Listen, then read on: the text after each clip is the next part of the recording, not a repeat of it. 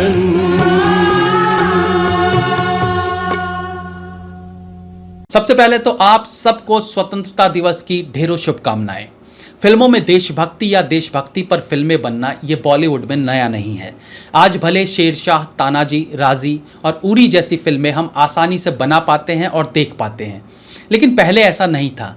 यानी मैं 30-40 साल पुरानी बात नहीं कर रहा हूँ, बल्कि आज़ादी से पहले बनी पैट्रियोटिक फिल्मों की बातें कर रहा हूँ, जब अंग्रेज़ों के रहते फिल्म मेकर के लिए देशभक्ति फिल्में बनाना कितना मुश्किल हुआ करता था।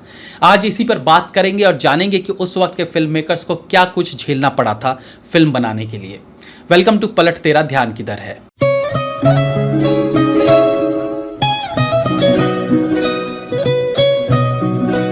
उन्नीस 1931 की बात है, जब फिल्म मेकर शांताराम ने देशभक्ति फिल्म बनाने का फैसला किया और फिल्म का नाम रखा स्वराज्य तोरण। फिल्म के टाइटल में स्वराज्य नाम आना और पोस्टर पर छत्रपति शिवाजी को झंडा फहराते दिखाना शांताराम को भारी पड़ गया।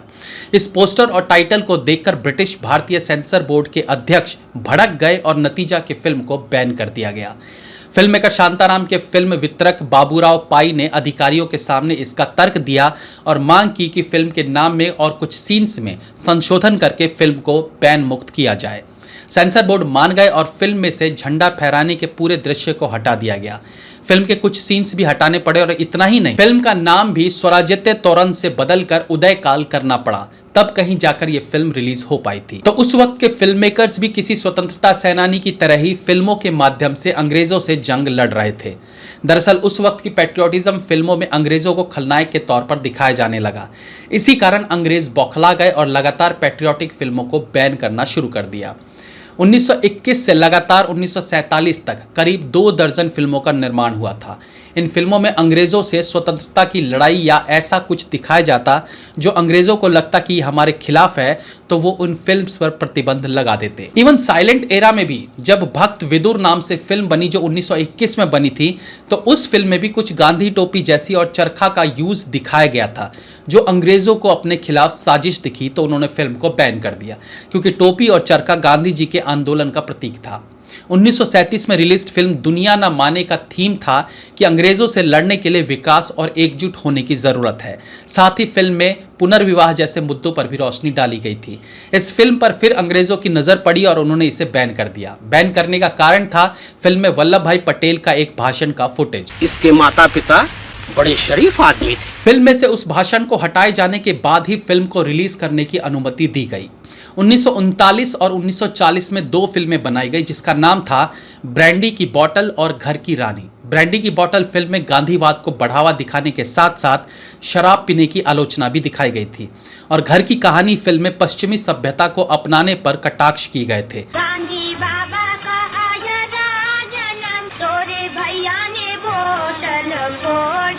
इन दोनों ही फिल्मों को उस वक्त के भारतीय नेशनल लीडर्स का सपोर्ट मिला था।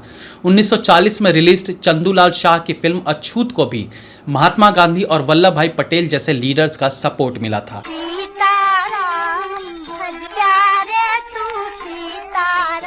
हालांकि ऐसा भी नहीं था कि अंग्रेजों के खिलाफ फिल्म बनाने में हर भारतीय फिल्म मेकर को सपोर्ट ही करता था।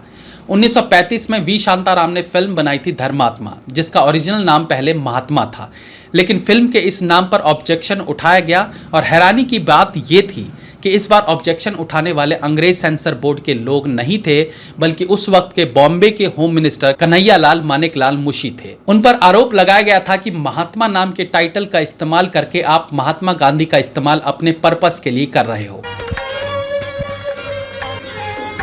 उस वक्त में कई बार फिल्म मेकर्स अंग्रेजों द्वारा हिंदी भाषा को ना समझ पाने का भी फायदा उठाते थे। 1942 की अपना घर, 1943 की नाता याराना और 1936 की प्रेम संगीत और अमर ज्योति फिल्मों के गानों में ऐसे भड़काऊ लिरिक्स थे जिन्हें अगर अंग्रेज समझ जाते तो उन्हें रिलीज ही नहीं होने देते। 1940 में रिलीज्ड आज का हिंदुस्तान फिल्म में चरखा चलाओ बहनों गाना और 1940 की बंधन में कवि प्रदीप का लिखा गाना चल चल रे नौजवान, चल चल रे नौजवान, चलो संग चले हम, और 1943 की किस्मत फिल्म का गाना दूर हटो ए दुनिया वालों हिंदुस्तान हमारा है, दूर हटो ए दुनिया वालों लो हिंदुस्तान हमारा है। इन गानों के माध्यम से फिल्म मेकर सीधा जनता से बात करने का काम करने लगे थे। किस्मत फिल्म के गीत के लिए इसके राइटर प्रदीप और म्यूजिक डायरेक्टर अनिल विश्वास के खिलाफ वारंट जारी किया गया था।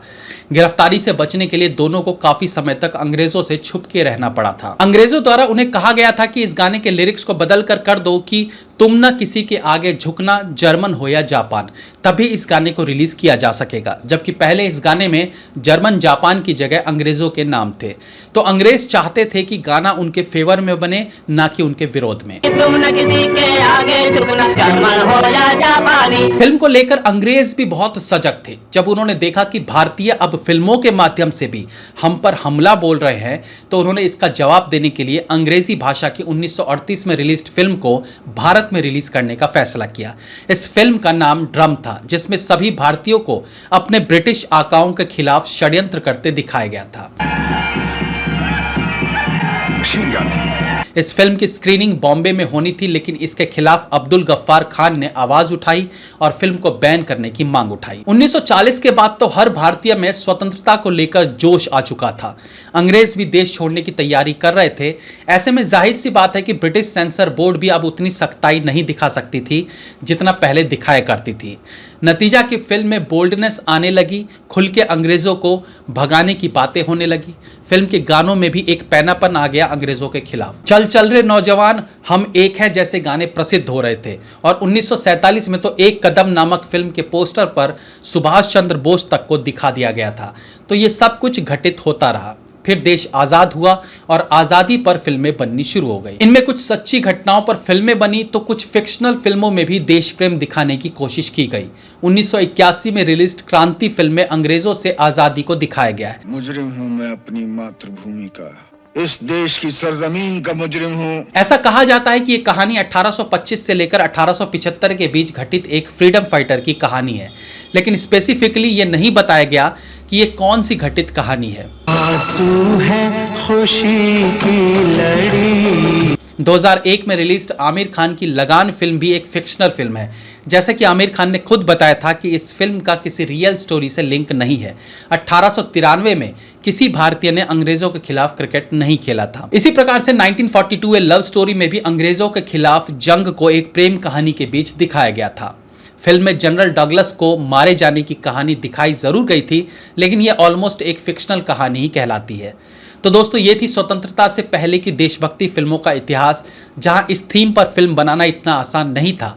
इसलिए तो उस वक्त के उन फिल्म मेकर्स को स्वतंत्रता सेनानी ही कहा जाता है, जो देशभक्ति फिल्में बनाने का हौसला रखते थे। आई होप कि एपिसोड आपको अच्छा लगा होगा। अपनी राय हमें कमेंट सेक्शन में जरूर दीजिएगा। Be safe, have fun. मिलते हैं अगली बार फिर किसी नए एपिसोड के साथ। तब तक के लिए